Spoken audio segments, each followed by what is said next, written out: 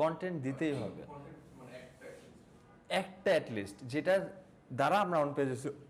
এখন তো অলমোস্ট 9টা 6 বাজে 5 বাজে, আমি আর লাইভে যাচ্ছি না, আমরা এই জিনিসটা মানে এই শিটটা আমরা পুরোপুরি বুঝবো, এই শিট অনুযায়ী আমরা জাস্ট একটা কন্টেন্ট রেডি করব। তারপর আমরা নেক্সট স্লটের মধ্যে অফ পেজের পার্ট 1 দেখবো, অন পেজে কীভাবে ইমপ্লিমেন্ট করতে হয় এই বিষয়টা দেখবো। তারপর আমরা 5 দিন সময় পাচ্ছি, অন পেজ পুরোটা করব। অন পেজ করাটা মানে আপনার কাজ শেষ, কন্টেন্ট তো পাবলিশ করে দিছি, কিওয়ার্ড প্লেস করে দিলাম, আমি ডান। এখন আমি চুপচাপ বসে থাকবো যে আমারটা র্যাঙ্ক হয় কিনা, বুঝতে পারতেছি? মানে আপনারা এই স্টেজে আছেন যে মার্কেটার হয়ে গেছেন, বুঝতেছি?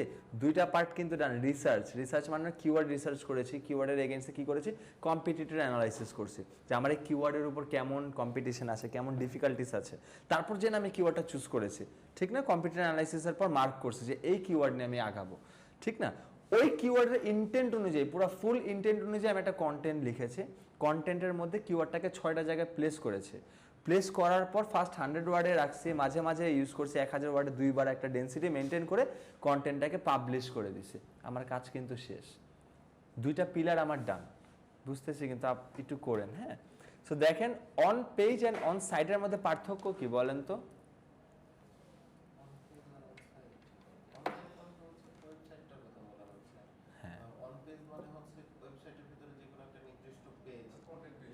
হ্যাঁ, মানে অন সাইট হচ্ছে পুরো ওয়েবসাইটের স্ট্রাকচার নিয়ে যদি আমি বলি ওইটা, হ্যাঁ, যেমন একটা বিল্ডিংয়ের পিলার ওগুলোর কথা বলছে। আর অন পেজ হচ্ছে স্পেসিফিক একটা কোনো ইন্টেরিয়রের কাজ করতেছে, কোনো একটা ফ্ল্যাটের বা কোনো একটা ইসের, হ্যাঁ, অ্যাপার্টের, তখন ওটাকে বলা হচ্ছে স্পেসিফিক একটা পেজের যখন কাজ করে on page SEO. On site মানে হচ্ছে পুরো সাইটের ডিজাইনের কাজ, যেটা অন সাইটের কাজ ছিল, আমরা করেছি না, সিকিউরিটি পারপাসে সব কিছু করেছি। আচ্ছা, অন পেজের কথা যদি বলি, প্রত্যেকটা পেজের জন্য কিন্তু আমাদের ধরে ধরে অন পেজ করতে হবে, প্রত্যেকটা পেজের জন্য আলাদা আলাদা কন্টেন্ট, প্রত্যেকটা পেজ আলাদা আলাদা সার্ভিস প্রোভাইড করে, ঠিক না? মানে রিপ্রেজেন্ট করতেছে, ঠিক না? ওটার জন্য আলাদা আলাদা কি করতে হয়, কন্টেন্ট লিখতে হয়, কন্টেন্টটাকে অন পেজ এসইও করতে হয়। এখানে বলা হচ্ছে 16 key on page SEO factors that search engine and users love, হ্যাঁ, লাভ, মানে 16টা কি পয়েন্ট আছে, যে 16টা কি পয়েন্ট যদি আমরা টার্গেট করি তাহলে ইউজার আমরা অ্যান্ড গুগলের বটও কি করে, পছন্দ করে। অ্যান্ড গুগলকেই তো পছন্দ করাতে হবে, না লাইক র্যাঙ্কিংয়ে দিতে হবে না? এক্স্যাক্টলি। আপনাদের ব্লক লিস্টের নাম বলেছিলাম, ব্লক সাইটে দিয়ে দিছিলাম, হ্যাঁ, গ্রুপে আছে। এখন লাস্ট উইকে কে পড়ছি ট্রুলি বলেন তো, সত্যি কি পড়ছেন বলেন, ব্রিফ করেন।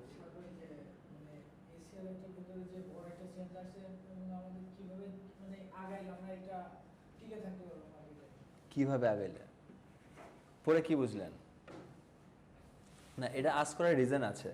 রিজনটা হচ্ছে যে আপনাদের যে জিনিসগুলো স্টাডি করতে দেওয়া হয়েছে না, আমরা নিজেরা ওই জিনিসটা স্টাডি করি, কোনো ডিফারেন্সেস নাই। যে আপনারা একটা পড়তেছেন, আমরা একটা পড়তেছি, আপনারা ফার্স্টে মানে ইমপ্রুভ হবে, তারপরে এটা পড়বেন, নট লাইক দ্যাট, হ্যাঁ। আপনাদের যেটা বলা হয়েছে আমরা ওটা পড়ি, হ্যাঁ। এই জিনিসটা যে পুরো দেখাবো না, এই জিনিসটা যে পুরো দেখাবো বা পুরো পড়াবো, এই জিনিসটা কোথা থেকে আমরা কালেক্ট করেছি, এটা কোনোভাবে পরিচিত হয়? ব্যাকলিংক একটা ব্লগ সাইটটা আপনাদের বলা হয়েছিল না? জাস্ট থিঙ্ক করেন যে আমরাও এই জিনিসটা পড়ে করতেছি, মানে আমাদেরও এই জিনিসটা পড়ে এটার উপর ডিপেন্ডস করেই থাকতে হবে। আমাদের মধ্যে আপনাদের মধ্যে ডিফারেন্সেস আছে? ডিফারেন্সেসটা নাই। কোথায়? যদি একবার কোর্সটা পুরোপুরিভাবে শেষ করে এই বিষয়গুলোতে আপডেট হয়ে যেতে পারেন, কোনো ডিফারেন্সেস নাই। একটা মেন্টর আপনাদের মধ্যে কোনো ডিফারেন্সেস নাই। চলেন যাই, start title tag with your keyword. হ্যাঁ, কি বলতেছে, your title tag is the most important on page SEO factor. আমরা জানি আমরা আমাদের কিওয়ার্ডটা কয়টা জায়গায় প্লেস করতে হবে, 6টা জায়গা। 6টা জায়গার মধ্যে টাইটেল বলতে কোনো কিছু ছিল, meta title one of the biggest role play করে মেটা টাইটেল র্যাঙ্কিংয়ের ক্ষেত্রে। 6টা জায়গার মধ্যে সবচেয়ে ইম্পর্টেন্ট জায়গা হচ্ছে কি, টাইটেল। আচ্ছা, এটা এখানে বলা হয়েছে the closure the keyword is to the beginning of the title tag. আমরা কিওয়ার্ড প্রমিনেন্স প্রক্সিমিটি পড়েছিলাম, প্রমিনেন্সের মধ্যে পড়েছিলাম না যে কিওয়ার্ডটা সামনের দিকে থাকতে হবে, এটা এই জায়গাটার মধ্যেই আছে, যে টাইটেলের মধ্যে সবার ফার্স্টে কিওয়ার্ডটা থাকতে হবে। আমরা পড়েছিলাম না প্রমিনেন্সের মধ্যে কিওয়ার্ড ফার্স্টে রাখতে হয়, প্রক্সিমিটি মানে কিওয়ার্ড ভাঙা যাবে না। প্রমিনেন্সের কথাই বলছে, টাইটেলের মধ্যে ফার্স্টে কি থাকতে হবে, কিওয়ার্ডটা থাকতে হবে, এক্স্যাক্ট কিওয়ার্ডটা থাকতে হবে, যেটা 6টা জায়গায় প্লেস হবে। তারপর বলা হচ্ছে লেভারেজ এসইও ফ্রেন্ডলি ইউআরএলস। আচ্ছা বলেন তো, এই দুইটা ইউআরএল এর মধ্যে কোন ইউআরএলটা ভালো, কোন ইউআরএলটা খারাপ? সেকেন্ডটা ভালো আর ফার্স্টেরটা খারাপ। কেন ভালো আর খারাপ? কথা হচ্ছে ফ্রেন্ডলিনেস অ্যান্ড ডেলিমিটার বলেছিলাম, ঠিক না? আচ্ছা অ্যান্সার দেবেন না ইসা, হ্যাঁ বলেন তো ডেলিমিটারটা কই আছে আর ফ্রেন্ডলিটা কোথায় আছে? ডেলিমিটারটা উপরটায় আছে 10 12 17 একটা। এক্স্যাক্টলি ফ্রেন্ডলিটা আছে। আপনাদের আমি কি কোয়েশ্চেন করা মাত্র উনি আমার দিকে তাকিয়ে আছে, আমি বলবো উনি বলে আমার ব্লগ পড়ছে লাস্ট ক্লাসে, বলেন ডেলিমিটার মানে হচ্ছে স্পেশাল ক্যারেক্টার। আজিজুল স্যার বলেছে, উনি কোয়েশ্চেনটা করার সাথে সাথে আমার দিকে ভাবে তাকাইছে যে আমি তারপর অ্যান্সারটা দিয়ে দেব। আচ্ছা এটা শেষ করে করেন না, আপনাদের কিওয়ার্ড রিসার্চ থেকে আবার টান দিতে হবে, নাহলে আপনারা পারবেন না। আমি যদি কোয়েশ্চেন করতেছি এর মধ্যে যদি আপনি আমাকে প্রমিনেন্ট প্রক্সিমিটি কোন ক্লাসে করছে এটা যদি না বুঝান, ক্লায়েন্টের থেকে আপনি কাজ আনতে পারবেন? ট্রুলি বলেন, আপনি ক্লায়েন্টের থেকে কাজ আনতে পারবেন? এমন হইতে পারে না ক্লায়েন্ট আপনার থেকে বেশি জানে? তখন কতটুকু লজ্জিত ফিল হবে চিন্তা করে, কতটুকু এম্বারেসিং হবো আমরা। একটা আমার ফ্রেন্ড জোন বা আমার ফ্যামিলি জোনকে আমি বলতেছি তুই আমাকে কাজ দে, ও হয়তো বা কাউকে দিয়ে কাজ করাইছে, বা ওই কখনো থিঙ্ক করছিল আমি কাজ করাবো, ওই গুগলে সার্চ করছে না, গুগল থেকে বিভিন্ন ইনফো পাইছে না যে how is it works, how marketing works, ও কিছু জানে, ও আপনাকে কোয়েশ্চেন করলে আপনি বলতে পারলেন না, ও আপনাকে ব্রিফ করে দিল, কি একটা অবস্থা হবে বলেন। আমরা তো আপওয়ার্কের কথা অনেক পরে বলি, আপনাদের নিয়ে আমার টার্গেট ছিল যে আপওয়ার্কে যাবো, এখন তো লোকাল ক্লায়েন্টে যাওয়ার আগে আমার হিমশিম খাইতে হবে। হাসির বিষয় না, সত্যি কথা আমাদের অবস্থা অনেক খারাপ, sorry to say. Add modifiers to your title, adding modifiers like 2016 based guide and review help your rank for long tail versions of your target keywords। আচ্ছা টাইটেলের মধ্যে শুধুমাত্র যদি আমি কিওয়ার্ডই দেই তাহলে কি ভালো? টাইটেলের সাথে তো কিওয়ার্ডের সাথে তো কিছু অ্যাডও করতে পারি আমরা, রিভিউ বেস্ট, ঠিক না, গাইড 2016 অথবা 2000 বেস্ট স্মার্ট ওয়াচ, এটা আমার কিওয়ার্ড 2025। এই কথাগুলো মানে মডিফায়ার্স কিছু ওয়ার্ড আমরা বাজওয়ার্ড অ্যাড করতে পারি না, সো এটা এখানে বলা হচ্ছে। হ্যাঁ তারপর হচ্ছে add new post, add new পোস্টের মধ্যে যদি বলা হচ্ছে দেখেন এই জায়গা এটা উপরেরটাই দেওয়া যে লেভারেজ ফ্রেন্ডলি ইউআরএল এর মধ্যে ইউআরএল শুড বি এমন, ঠিক না, যে আমার ডোমেন এক্সটেনশন স্ল্যাশ আমার কিওয়ার্ডটা থাকবে, থাকবেই না, স্পেশাল ক্যারেক্টার থাকবে না। এই যে হাইফেন কিন্তু থাকতে পারে, স্ল্যাশ থাকতে পারে, ডট থাকতে পারে, কিন্তু এই তিনটা ছাড়া কিন্তু নাম্বার, কমা, কোয়েশ্চেন মার্ক এগুলো কিন্তু থাকতে পারবে না। হ্যাঁ আর শুধুমাত্র যদি বলি যে এরকম লম্বা হইলেও হবে না। আমরা ইউআরএল এ কোনো ক্যারেক্টার পড়ছিলাম? পড়ি নেই? কম্পিউটার অ্যানালাইসিসে অন পেজের ক্লাসে আমরা পড়ছিলাম 50 to 55 ক্যারেক্টার। হ্যাঁ সো এটার বাইরে করা যাবে না। তারপর হচ্ছে wrap your title in H1 in an H1 tag. হ্যাঁ H1 ট্যাগ, হেডিং ট্যাগ কয়টা হয়? 6টা হয়। H1 H2 H3 H4 H5 H6। H1 কয়টা ইউজ করা যাবে? 2-3টা, এর বেশি তো ইউজ করা যাবে না, একটা ইউজ করতে হবে। আমি কনফিউজ কিন্তু করব, হ্যাঁ সো একটা ইউজ করতে হবে, ঠিক না? সো ওই H1 এর মধ্যে কি আমার প্লেসমেন্টের 6টা জায়গার মধ্যে কোনো জায়গা পড়ে? পরে কিন্তু। সো হেডিং ট্যাগ 1-এ আমার ফোকাস কিওয়ার্ডটা কিন্তু বসাইতে হবে, বাট এখানে বলতেছে the H1 tag is your heading tag most CMS অর্থাৎ content management system, CMS. WordPress কি একটা সিএমএস এর আন্ডারে পড়ে না? খেয়াল আছে আমরা লোকাল হোস্টে পড়েছিলাম যে একটা ফ্রেমওয়ার্কের মধ্যে পড়ে, আরও লটস অফ সিএমএস আছে, জুমলা আছে, উইক্স আছে।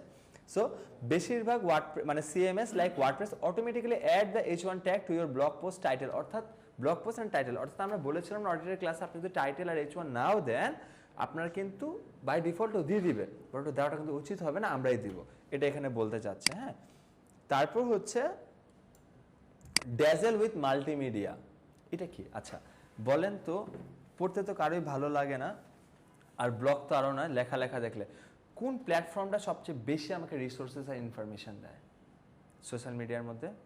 উইকিপিডিয়া। এমন কিছু আছে যেটা উইকিতে নাই? সব আছে। উইকি রেজাল্ট কেউ পড়েন?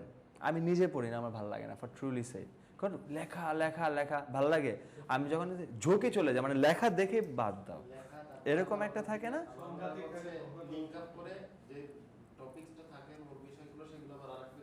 না ওইটা তো অন্য বিষয়। ধরেন আপনার লেখা, যেটা বলতে চাচ্ছিলাম আমাকে, যে লেখা দেখলে কিন্তু আমাদের অ্যাট্রাক্ট হই না, পড়বই না, কিন্তু লেখার মধ্যে যদি আমার একটা আইক্যাচি ইমেজ থাকে, আইক্যাচি ভিডিও থাকে, ডায়াগ্রামস থাকে, আমার কিন্তু অ্যাট্রাক্ট করে। অ্যাজ লাইক ওই যে বললাম এক্সাম্পল, আমার অ্যাট্রাক্ট করে যে আচ্ছা এই ইমেজটা দেখেও তো অ্যাটলিস্ট আমার মনে অ্যাট্রাক্ট করতে পারে যেগুলো কি।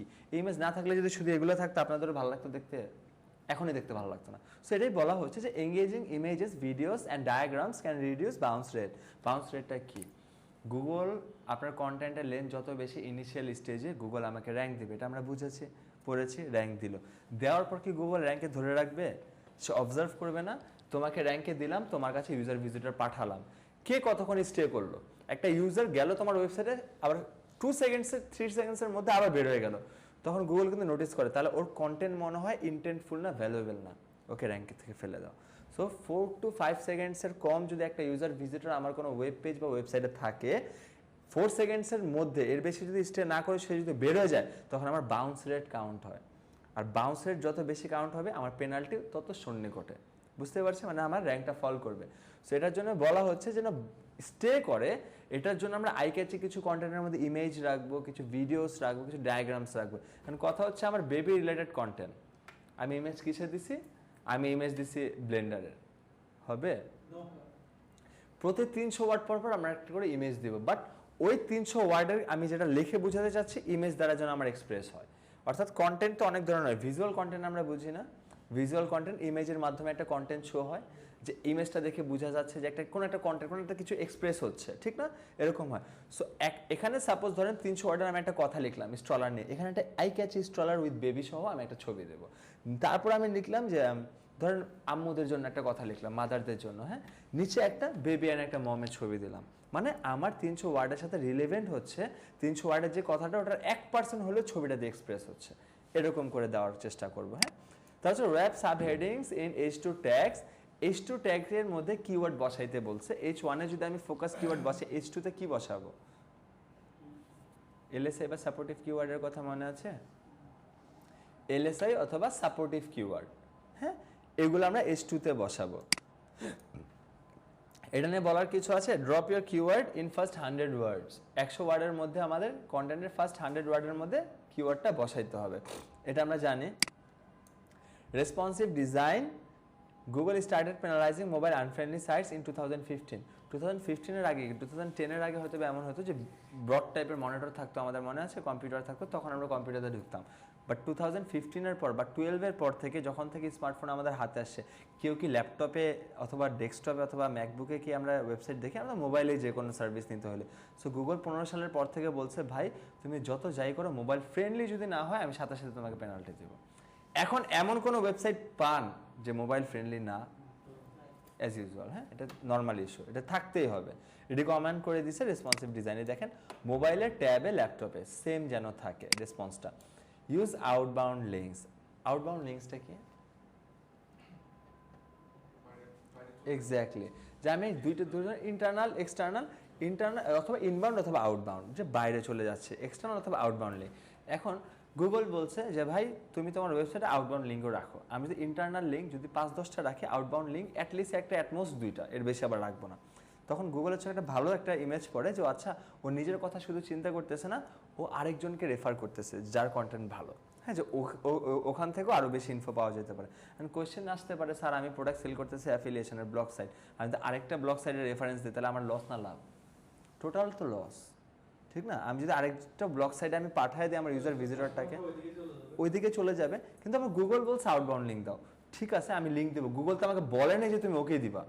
আমি কি করবো? উইকিপিডিয়া পাঠিয়ে দেবো, CNN-এ পাঠিয়ে দেবো, যে তুমি বেবি স্টলার রিলেটেড আরও বেশি কিছু থিংস জানতে চাইলে ওইখানে যে পড়ে আসো, কিনতে হইলে ভাই আমার কাছে আসো, এরকম হচ্ছে বিষয়টা। গুগল বলছে আউটবাউন্ড লিঙ্ক দাও, বাট ও তো বলে না যে ব্লগ সাইডে দিতে হবে। আমি আউটবাউন্ড লিঙ্ক দিছি, আমি উইকিকে দিছি, টুইটারে দিয়ে দিছি, মানে কথার কথা কোন একটা ব্লগ সাইডে দিয়ে দিই, মানে ব্লগ এই রিলেটেড আছে ওখানে দিয়ে দিছি, ওইখানে গেলে তো আমার কোনো ইস্যুস নাই, এরকম। হ্যাঁ, outbound links to related pages is a relevancy signal that helps Google figure out your page's topic. অর্থাৎ গুগলও বুঝতে পারে যে আপনি যেই কন্টেন্টে পাঠাচ্ছেন, গুগল আপনার হয়তো বা আপনি বেবি স্টলার নিয়ে বলতেছেন, ও হয়তো বা বুঝে নেই, গুগল ফার্স্ট ইন্টেন্ট বুঝে নেই যে আপনি স্টলারের কিওয়ার্ডে র্যাঙ্ক চাচ্ছেন। বাট আপনি যখন আউটবাউন্ড উইকিতে দিয়েছেন, দেওয়ার পর স্টলার রিলেটেড দিয়েছেন, গুগল কিন্তু ইন্টেন্টটা বুঝতে পেরেছে না? আমরা LSI কেন ইউজ করি? র্যাঙ্কিংয়ের জন্য না, আমরা ইন্টেন্ট বুঝাইতে চাই, বারবার ইউজ করি যে ভাই এটা রিলেভেন্সি হচ্ছে, এটা আমি এটাতে র্যাঙ্ক চাচ্ছি। অর্থাৎ ডিজিটাল মার্কেটিং ট্রেনিং হচ্ছে আমার ফোকাস কিওয়ার্ড, ঠিক না? সুকেন্দ্র স্যার মোবাইলটা একটু ইউজ করবো না, হ্যাঁ। ধরেন ডিজিটাল মার্কেটিং ট্রেনিং কোর্স, এটা হচ্ছে আমার focus keyword. Social media marketing বা সার্চ ইঞ্জিন অপটিমাইজেশন অথবা ইমেল মার্কেটিং, এই কথাগুলো দ্বারা কোনো কিছু এক্সপ্রেস হয়? বলেন তো। ধরেন কেউ বলতেছে এসইও, কেউ বলতেছে এসএমএম, কেউ বলতেছে এই টপিকগুলো বলছে, 5 জন 5 কথা বলতেছে, কেউ একজন বুঝলে কি বলবো, ও ডিজিটাল মার্কেটিং এর কথা বলতেছো, এরকম একটা এটাই আর কি বোঝাতে চাচ্ছি যে আমরা এলএসআই কিওয়ার্ড র্যাঙ্কিং এর ক্ষেত্রে না, সিমিলার কিওয়ার্ডগুলি যখন ইউজ করি গুগল বুঝতে পারে ও আচ্ছা তুমি মনে হয় এটাতে র্যাঙ্ক চাচ্ছ, ঠিক আছে। মানে এক কিওয়ার্ডে বারবার ফোকাস করবো না, বারবার রিপিট ইউজ করবো না, জোর করা তো কারো পছন্দ না, ফোর্স করা। তো এক একটা কিওয়ার্ড দিয়ে বুঝাবো, আমার ইন্টেন্টটা কিন্তু সেম। ঠিক তেমনই আমি যখন আমার রিলেটেড কন্টেন্টকে পাঠাচ্ছি, গুগল বুঝতে পারতেছে ও আচ্ছা তুমি এই রিলেটেড কন্টেন্টে র্যাঙ্ক চাচ্ছ, এরকম হচ্ছে বিষয়টা। ইন্টারনাল লিঙ্কস তো আমরা জানি, হ্যাঁ 2বার থেকে 3বার তো আপনি 4 থেকে 5বার একটা পেজে ব্যবহার করব 1000 কিওয়ার্ডে, 1000 ওয়ার্ডে সরি, এমন যাতে না হয় যে স্ক্রল করার ক্ষেত্রে জাস্ট ট্যাপ করতেছে আর এর মধ্যেই লিঙ্ক চলে যাচ্ছে, তাহলে কিন্তু একটা প্রবলেম। কোন ইউজার ভিজিটর পছন্দ করে এটা? আমি একদমই পছন্দ করব না, আমরা কেউই। আমার মন চাইছে আমি লিঙ্ক দেখতে পাচ্ছি, আমি ক্লিক করব, কিন্তু এমন যেন না হয় যে আমরা স্ক্রল করতেছি আর তুমি আমাকে নিয়ে চলে যাচ্ছ। এই জিনিসটা সবচেয়ে বেশি হয় যে এসএসসি রেজাল্ট দেবে, এইচএসসি রেজাল্ট দেবে না, এটার মধ্যে এরকমটা হয় না, আমরা যখন স্কুল লাইফে পড়েছি, হ্যাঁ হয় না যে আমি যখন সার্চ করতেছি আমাকে ঘোরাচ্ছে ফিরাচ্ছে, কজ সে জানে যে 15বার ঘোরালেও একটা স্টুডেন্ট বারবার চেষ্টা করবে, ঘুরতেছে। ব্ল্যাক হ্যাট এসইও এই কথা বলেছিলাম না, white hat SEO, black hat SEO, grey hat SEO. Black hat SEO tactics হচ্ছে ওটা যে আপনাকে লিঙ্কের মধ্যে জাস্ট ঘুরিয়ে ঘুরিয়ে আপনাকে ইউজার ভিজিটর খালি আনবে, আনার পর 15 দিন 10 থেকে 12 দিন থেকে গুগলের চোখে না পড়লে হয়েছে আপনি একটা প্রফিট মার্জিন করে চলে যেতে পারেন। আর যদি ভুলবশত পর এখানে ইনভেস্টও লাগে 2-3 লাখসের মতো ইনভেস্ট করছেন, 12-15 দিন আপনি 5 লাখ 6 লাখ বানিয়ে বের হয়ে গেছেন, ভুলবশত যদি গুগলের চোখে পড়ে আপনি শেষ, আপনার 2-3 মানে আপনার সাইডে নাই, চলে যাবে এরকম। আর আশিক স্যার এভাবে দেখতেছিল, এটা এখন করাই যাবে না, আগে করা যেত, এখন করা যায় না, ঠিক আছে এরকম। সে কেন বললাম দুষ্টামি করে, আশিক স্যারের মতন আমিও, নাইম স্যার যখন আমাদের ব্রিফ করছে যে 3 ধরনের হয়, যখন অ্যাফিলিয়েটেড ব্ল্যাক হ্যাট এসে হোয়াইট হ্যাট এসে, ফার্স্ট ক্লাস আমি স্যার আমি তো হোয়াইট হ্যাট শিখবোই না, আমি ব্ল্যাক হ্যাট শিখবো, মানে এরকম। মানে আমাদের তো হিউম্যান বিং সবসময় এরকমই কাজ করে না, নেগেটিভ মানে নেগেটিভ বলতে কি কারো ক্ষতি না করে টেকনিক অনুযায়ী যেটাতে যাওয়া যায় আমি ওটাই করবো, এরকম। আমি একবার করছিলাম, কিন্তু এটা জিনিসটা করা উচিত না, যখন আমি রিয়েলাইজ করছি তখন আর করিনি, চাইলে অনেকবার অনেক বেশি করতে পারতাম। জাস্ট থিঙ্ক করবেন যে আপনার ভাই বোন যদি এরকমটার হ্যাসেলের পর আপনার কতটুকু খারাপ লাগবে, ওই পার্সনটার এরকম খারাপ লাগতেছে, ও একটা রেজাল্টের আশা নিয়ে ও সার্চ করতেছে, ওর হার্টবিটটা অন্যরকম।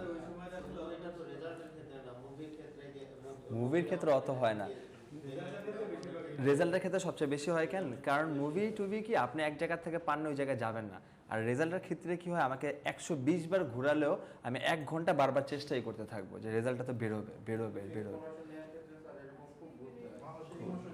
এক্স্যাক্টলি, এটা করা যাবে না। হ্যাঁ, স্প্রিঙ্কল এলএসআই কিওয়ার্ডস, এটা নিয়ে তো বলার কিছু নাই যে এলএসআই কিওয়ার্ডস আর synonyms that Google use to determine a page's relevancy. এটাই বলতে চাচ্ছিলাম যে পেজের যে রিলেভেন্সি এটা বোঝার চেষ্টা করে কিসের দ্বারা, এলএসআই অথবা সাপোর্টিভ কিওয়ার্ড দ্বারা। ইমেজ অপটিমাইজেশন অর্থাৎ image SEO, make sure image files name include your target keyword. ওই যে বলেছি ইমেজের মধ্যেও আমাদের এসইও করতে হবে, আমরা কোনো জায়গায় বাদ রাখবো না এসইওর ক্ষেত্রে। হ্যাঁ, সেখানে বলে দিচ্ছে তারপর target keyword part of your image alt text, feature ইমেজের মধ্যে কি পরে আমাদের অল্টার টেকে কিওয়ার্ডটা প্লেস করা, 6টা জায়গার মধ্যে কি ইমেজ অল্টার টেক করে কিওয়ার্ড পরে, ওইটার মধ্যে একটা পেজের মধ্যে আমার 20টা ইমেজ, 20টা ইমেজে কি আমি কিওয়ার্ড দিব, ফিচার ইমেজে দিব, বাকি সবগুলোতে যেটা যেটাতে কাজ করতেছে। হ্যাঁ ওরকম। ইউজ সোশ্যাল শেয়ারিং বাটনস, এটা তো আমরা জানি যে আমরা যদি নিচে একটা ফেসবুক ইউটিউব এগুলো রাখি এটা ভালো। হ্যাঁ আচ্ছা, এটাই বলা হচ্ছে, এই দেখেন এটা বলছে, হ্যাঁ তো এই স্টাডি আবার শুধুমাত্র বাটন থাকলে হবে না, আমার কিন্তু এক্সিস্টেন্সও থাকতে হবে, এরকম অ্যাক্টিভ থাকতে হবে। কারণ এই দেখেন এই study by BrightEdge found that prominent social sharing buttons can increase social sharing by 700%, অর্থাৎ শেয়ারের অপশনটা কিন্তু বেড়ে যায়, একটা পার্সন কিন্তু শেয়ার করে। হ্যাঁ আচ্ছা, তারপর হচ্ছে পোস্ট লং কন্টেন্ট, এটা তো আমরা জানি যে যার কন্টেন্টের লেন্থ বেশি হবে র্যাঙ্কিংয়ের ক্ষেত্রে একটু বেশি এফেক্টিভ হয়। হ্যাঁ, তারপর হচ্ছে boost dwell time, if someone hits their back button immediately after landing your page it's a sign of low quality page. একটু আগে বললাম যে মাত্র এসে ব্যাক করে চলে গেছে, বাউন্স রেটটা অনেক বেশি বেড়ে যায়, তখন problem. Increase your average dwell time by writing long engaging content that keeps people reading. একটা ইউজার অ্যাট্রাকটিভ থাকতে হবে, ওই যেন অ্যাটলিস্ট কিউরিসিটি নিয়ে থাকে যে ভাই এটাতে কি লেখা আছে, কি লেখা আছে। এক্স্যাক্টলি, আমি যাতে ছবি যে ধরে রাখতে পারি, 10 সেকেন্ড না 6 সেকেন্ড ধরে রাখেন না, তারপর সে চলে যাক, সেল করার দরকার নেই, উনি আসতে পারলেই হয়েছে, গুগলের চোখে আমি ভালো হইলেই হয়েছে। এই দেখেন ব্যাক লিঙ্কও আমরা নিজের এটা কই থেকে পারচেজ করছি, ব্যাক লিঙ্কও থেকে পারচেজ করেছে, রেফারেন্সগুলো সব কিছু দেওয়া আছে। আজকে এই পর্যন্তই রাখবো, এতটুকু আপনার প্রপারলি একটু পড়ে রাখবেন। নেক্সট ক্লাসে আমাকে হোমওয়ার্ক কি দিবেন বলেন তো? কন্টেন্টটা দেবেন, দুইটা দেওয়ার দরকার নেই, আমাকে শুধুমাত্র কন্টেন্টটা দেন আপাতত। বৃহস্পতিবারের পর নেক্সট টিউসডে পর্যন্ত আমরা একটা টাইম পাবো না, তখন অ্যাডভান্স, ওয়েবসাইটটা তৈরি করা সহজ হবে। হ্যাঁ এক্স্যাক্টলি। কন্টেন্টের কথা আমি বলি, চ্যাটজিপিটি থেকে নিয়ে নেন। এখন হিউম্যানাইজ করার কথা বলবো না, যেহেতু দেন নেই, অ্যাটলিস্ট মোটামুটি একটু চেষ্টা করেন, হ্যাঁ অ্যাটলিস্ট চেষ্টা করেন। আপনাদের সবার কাছে স্মার্টফোন আছে, স্মার্টফোনের মধ্যে চাপলে আপনারা কাজ করতে পারেন, জানেন আমরা চাইলে সব কাজ স্মার্টফোনে আমাদের করতে পারি। প্রত্যেকটা পার্সনের কাছে দুটো করে ফোন থাকে, একটা অ্যাপেলের একটা অ্যান্ড্রয়েডের থাকে। কেউ একটা অফিস পারপাসে ইউজ করে কাজের ক্ষেত্রে, কেউ একটা মানে হেলিফেলি ইউজ করে, সবাই প্রত্যেকটা পার্সন করে। আপনি কিন্তু যেতে যেতে সব কাজ করতে পারবেন। এখন ফোনে এমন কোনো কাজ নেই, আপনি এক্সেলের কাজ পর্যন্ত মোবাইলে করতে পারবেন। I hope so. করা যায় না স্যার? প্রত্যেকটা কাজ করে। আপনি যেতে যেতে কন্টেন্ট নিয়ে নেন চ্যাট জিপিটি থেকে, কন্টেন্ট নিয়ে কপি করে আপনার মেইলে পাঠিয়ে দেন, আপনার একটা কাজ ডান। আপনি আস্তে আস্তে একটু পড়ে পড়ে বুঝে ফেলেন যে কোন লাইনে করতে হবে। কপি করে এক্সেলেতে কপি করে আবার বানাতে হয়, তাইলে ঠিক আছে।